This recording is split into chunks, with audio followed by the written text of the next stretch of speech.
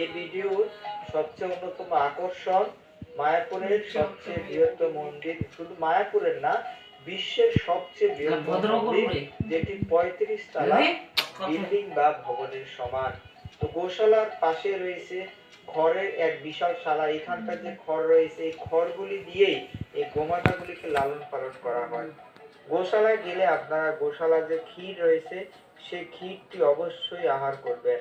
আমরাও এখান থেকে ক্ষীর সংগ্রহ করে দেখি ক্ষীরের টেস্ট কেমন। বলা চলে এখানকার যে ক্ষীর রয়েছে সেটি অত্যন্ত সুস্বাদু। যারা যারা গোশালা দর্শনে এসেছেন তারা সকলে ঘুরে ঘুরে গোশালা দর্শন করছেন। গোশালা দর্শন পর্ব প্রায় শেষের দিকে। আপনারা যারা মায়াপুর গিয়ে গোশালা দর্শন করবেন অবশ্যই সকাল 7টার পূর্বে অথবা বিকাল 5টার পরে গিয়ে গোশালা দর্শন করতে যাবেন, তাহলে আপনারা গোশালা ভর্তি গাভীদেরকে দর্শন করতে পারবেন। অতঃপর আমরা গোশালা দর্শন করার পর যে অদ্ভুত মন্দির রয়েছে সেই মন্দির দর্শন করার জন্য অগ্রসর হচ্ছি। চক্র ভবনের সামনেই রয়েছে একটি বুথ। সেই বুথ থেকে একটি কুপন বা টোকেন সংগ্রহ করে আমরা নতুন মন্দির দর্শন করার জন্য সামনের দিকে অগ্রসর হব। 100 রুপি খরচ করে আমরা একটি টিকিট সংগ্রহ করি। যদিও আগে সেটি ছিল 10 টাকা, তারপর ছিল 50 টাকা, এরপর 100 টাকায় সেটিকে রূপান্তরিত করে। তো আমরা সেই কুপন সংগ্রহ করে বেয়ে বেয়ে নতুন মন্দিরের উপরের দিকে উঠছি আর 4-5টা দর্শন করছি। এই মন্দিরটি হবে পৃথিবীর সবচেয়ে আশ্চর্যকর একটি মন্দির। এটি বলা চলে বিশ্বের দ্বিতীয় বৃহত্তম মন্দির এবং সবচেয়ে উঁচু মন্দির। বিশ্বের সর্ববৃহৎ এই মন্দির সম্পর্কে শ্রীকৃষ্ণ চৈতন্য মহাপ্রভু অত্যন্ত নিজজন শ্রী নিত্যানন্দ প্রভু ভবিষ্যৎবাণী করেছিলেন যে অদ্ভুত এক মন্দির হইবে প্রকাশ, গৌরাঙ্গের নিত্য সেবা হইবে বিকাশ। অর্থাৎ নিত্যানন্দ প্রভু শত শত বছর পূর্বে ভবিষ্যৎবাণী করে গিয়েছিলেন যে শ্রীরাম নবদ্বীপের মায়াপুরে অদ্ভুত একটি মন্দির প্রতিষ্ঠিত হবে এবং এই মন্দিরে শ্রীকৃষ্ণ চৈতন্য মহাপ্রভুর সেবা পূজা অনুষ্ঠিত হবে।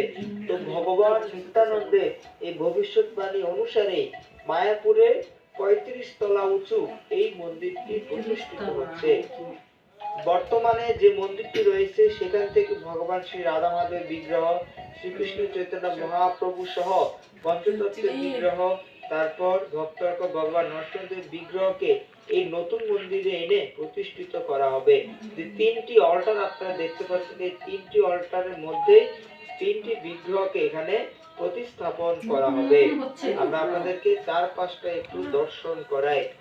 যারা আপনার মায়াপুর যাবেন অবশ্যই নতুন মন্দিরের সর্বশেষ অবস্থা দর্শন করে যাবেন। আর 2-1 বছর পরই এই নতুন মন্দিরটি খুলে দেওয়া হবে সর্বসাধারণের জন্য। যদিও এখনই সকলেই এই মন্দির দর্শন করতে পারে। আর কিছুদিন পর ভগবান নরসিংহদেবের বিগ্রহকে সর্বপ্রথম এনে এই মন্দিরে প্রতিষ্ঠিত করা হবে। তো আমরা নতুন মন্দির দর্শন করলাম। নতুন মন্দির দর্শন করার পর এখন দর্শন করব মায়াপুরে যতগুলি উৎসব হয় এই সকল উৎসবের মধ্যে সবচেয়ে অপূর্ব মনোমুগ্ধকর উৎসব যেটি বলা হস্তি পরিক্রমা। অর্থাৎ দামোদর মাস থেকে শুরু হওয়া এই উৎসবটিতে হাতির পিঠে করে ভগবান শ্রী শ্রী রাধা মাধবকে চড়িয়ে নৃত্য কীর্তন এবং মশালের মাধ্যমে শোভাযাত্রা করা হয়। সিনেমা কিংবা বই পুস্তকে আমরা পড়েছিলাম যে রাজারা যখন রাজ্যে বের হয় শোভাযাত্রার জন্য এরকম মশাল জ্বালিয়ে বের হয়। আর শ্রী শ্রী রাধা মাধব হচ্ছে এই মায়াপুরের রাজা।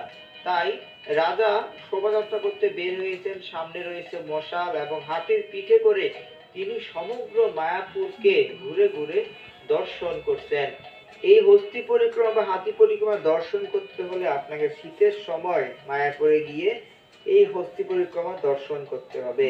এই পরিক্রমার সবচেয়ে একটি দিক আমার খুব ভালো লেগেছে, তা হচ্ছে এখানকার যে হাতির সামনে এবং পিছনে ছোট ছোট বাচ্চারা বৈদিক মন্ত্র উচ্চারণ করছেন, তারা অনেকে বাঙালি নন, তাদের মধ্যে অনেকে কখনোই কৃষ্ণকে চিনত না, কিন্তু তারা এখন মহাপ্রভুর এই আদর্শকে বুকে ধারণ করে সনাতন সংস্কৃতিকে লালন করে চলেছেন নিজের অন্তরের মধ্যে।